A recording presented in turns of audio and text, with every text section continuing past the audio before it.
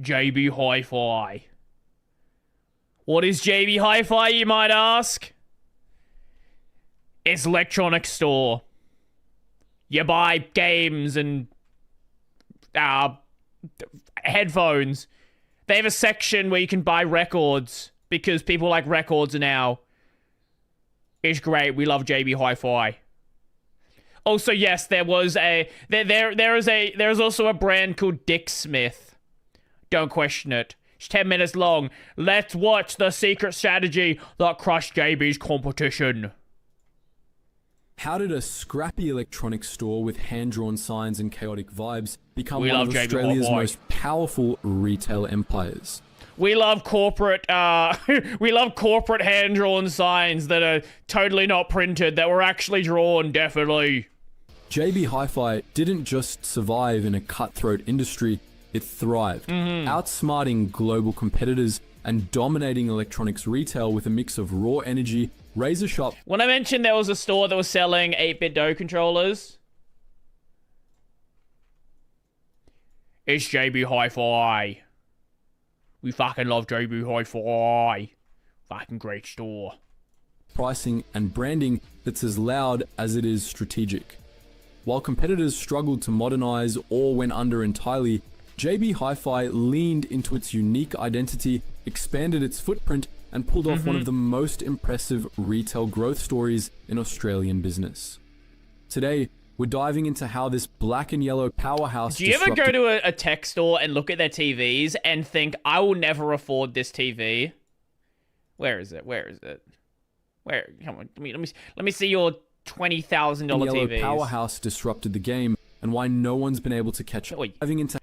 Like, look at these. What is that? $5,000 TV.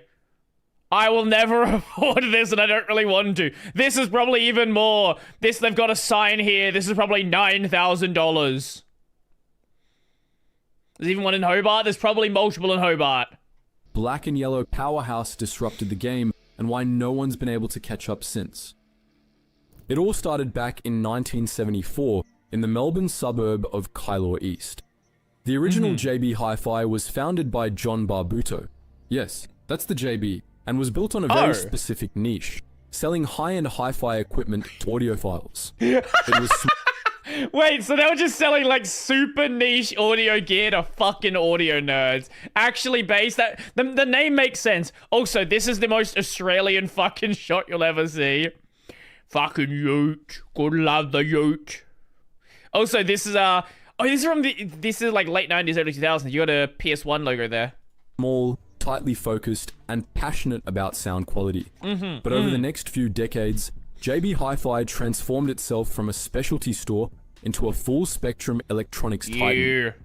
After going public in 2003, the company hit the accelerator, aggressively expanding across Australia and later New Zealand. Is it like Aussie Best Buy? I don't know what Best Buy sells, but they sell like everything, basically everything tech related. Whether we're talking game consoles, TVs, fucking washing machines, records, CDs, everything tech related you can get at JB Hi-Fi. 2010s, JB Hi-Fi had become the go-to destination for everything from laptops and smartphones to TVs, video games, and kitchen appliances. Yep. But the real magic? It didn't just expand, it grew profitably year after year in an industry known for razor-thin margins. Part of JB Hi-Fi's success comes from something... Best Buy used to be the giant tech store, but now they just sell TVs, phones, laptops, cables. Well, they sell all that stuff as well. But... yeah, like, okay, they don't sell PC hardware. At least I don't think they sell PC hardware. None of the ones near me sell PC hardware. That, at first glance, looks like a mistake. They do sell PCs, but not actual, like, individual components. The branding. Let's be honest, walking into a JB Hi-Fi store feels a bit like stepping into a bargain warehouse. Bright yellow signs are slapped on every surface, prices are written in a marker-style font, and the walls are jammed with products. Yep. But that chaos, it's completely intentional. The messy aesthetic is designed to scream value. The goal is to make customers feel like they're about to score a deal. Right now, before it disappears. You're probably not, though. Like, you feel like you're gonna score a deal until you go on the internet and you realize the price is the same. Even the iconic price tags, which used to be hand-drawn, are now printed in fonts that mimic that same handwritten feel. It's anti-branding as branding, and it works. JB Hi-Fi If you go to a shopping center, that you will see like the JB Hi-Fi stands out so fucking much because there's like generic clothes store. They got some like white and black sign. You got like other bullshit. JB Hi-Fi, this fucking fluorescent yellow sign, just like blinding you. Like, oh yeah, there's where JB is. It's created also, this is taken back when the DS was on sale. Love it. Retail experience that's the opposite of polished, and that authenticity builds trust. Customers don't feel like they're being upsold. They feel like they're being let in on a secret deal. And while the branding brings people in, the product range keeps them there.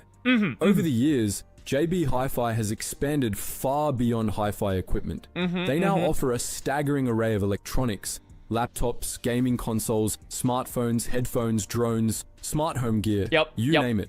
But they also sell the everyday essentials. Fridges, vacuum cleaners, dishwashers, and microwaves. That expansion hit a major milestone in 2016 when JB Hi-Fi acquired The Good Guys for nearly $870. Oh, I did not know they owned The Good Guys. Okay, that makes sense. Okay, this is more Australian law. So The Good Guys, basically their whole aesthetic was all of these other stores that are selling you appliances, they're the bad guys. But we're gonna offer you deals. We're gonna let you haggle. We're the good guys. Million Australian dollars. This gave them a dominant position in the white goods market. Items like washers and dryers that have higher margins and longer buying cycles. With that acquisition, JB Hi-Fi sounds like what Best Buy used to be before corporate overlords started forcing profit over everything. Right. JB Hi-Fi wasn't just a consumer electronics retailer anymore. They became a full-service home tech provider. Is that one in Adelaide? From entertainment to appliances, they had it all under one roof. But it's not just what they sell, it's how they sell it.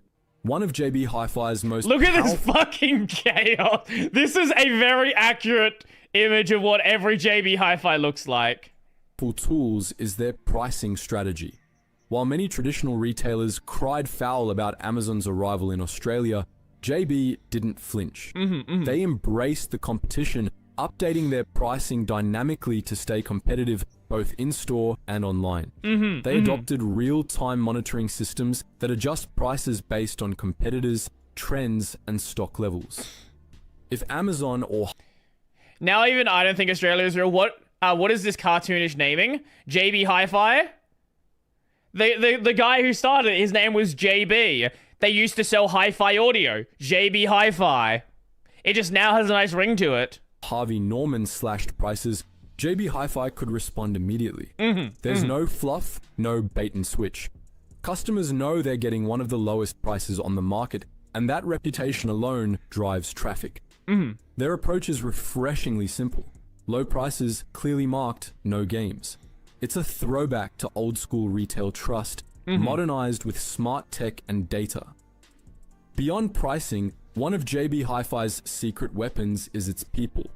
Unlike many big box retailers that staff tech departments with whoever's available, JB Hi-Fi hires people who know their stuff.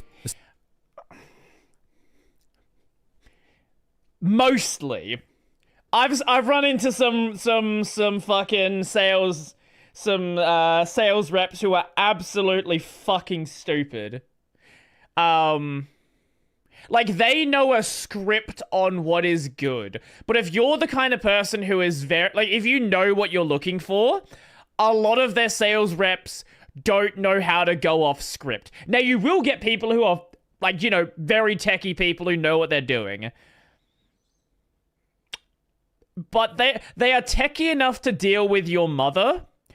But if you, if like, you know what you're looking at, like, you know the difference between different GPUs, stuff like that, like, some of them, it depends on the store, but some of them are a bit rough. Especially in departments like audio, gaming, and computing. Customers frequently report that JB staff are genuinely helpful, knowledgeable, and, here's the kicker, passionate. Internally, JB Hi-Fi runs on a lean, decentralized corporate structure, which allows individual stores to Decentralization. operate with a surprising amount of autonomy. This isn't a rigid hierarchy, it's a flat organization that values speed over red tape. That setup not only keeps wage costs efficient, but it also empowers employees to make decisions on the floor, Yeah, there you go, there's the enhancing records. customer experience and staff satisfaction at the same time. And the internal culture at JB Final Hi-Fi boss, Linux user. deserves credit too. Staff are often described as being given the freedom to own their sections of the store. That autonomy doesn't just lead to better service, it builds a sense of responsibility and pride. It's part of why turnover tends to be lower than the industry average. There's also a kind of unspoken energy in the stores, fast-paced but not rushed. Right. Customers pick up on that. It feels alive, unlike some sterile, over-engineered... Like, if you want help in a JB Hi-Fi, there's gonna be someone around. Like, in a lot of stores, you kind of feel like people are just, like, wandering around doing fucking nothing. But you can usually get someone's attention pretty easily in a store like this. retail spaces, JB Hi-Fi feels human, approachable, and real. And while JB Hi-Fi nailed the in-store experience, they didn't sleep on the e-commerce revolution either. Unlike legacy retailers that struggled to pivot online, JB's digital transformation was surgical. They built a slick, user-friendly website, integrated livestock levels, and prioritized fast shipping. Click and collect became a major sales channel. Click and collect is so fucking useful. Like, I assume you have a similar concept in, like, your country. Click and collect is you order it online and then you get it from the store you ordered at. Like, not having to, like, run around the store and work out where you can find things. Like, they've done this for, like, I don't know, at least 10 years now. It's so nice to have. Especially during pandemic lockdowns, and delivery speeds... I always find it buzzwordingly cringe when own the product or own the XYZ is 10 terms of employees getting pennies on the dollar. So, people actually get paid pretty well in retail here. Like, we're not in... it has a dumb generic name, in-store pickup. Yeah, click and collect is the standard name used here. Like, pretty much most businesses call it click and collect. Yeah, you get paid, like, actually really well in retail in Australia. Like, we have not only, like, higher minimum wages, but also, like, you get, like, on top of that as well. pace with Amazon's growing presence. Now, the problem is our houses are fucking expensive, so... You know, you got that problem. But you know, we have plenty of other problems. During 2020 alone, JB Hi-Fi's online sales surged more than 100%, and they kept that momentum How are the going taxes? even after... Taxes aren't crazy. Well, you know what? Let's find out. Actually, I don't know what the top bracket is because I don't make that money. Australia taxes. Tax brackets. So here are the tax brackets. So 0 to 18,000 you pay 0 tax. 18 to 45 it is 19 cents per dollar. 45 to 120 it is 32. 120 to 180 it is 37. 180 over it is 45 cents per dollar. And that is over that amount. So from this you don't pay 19 cents per dollar of each individual dollar. It is only the dollars over that threshold. So it is 18,200 onwards you pay 19 cents per dollar. Maybe I should move to Australia. We have plenty of problems. Don't like houses are expensive here. Adelaide, you know, let's say northern suburbs, Adelaide house average.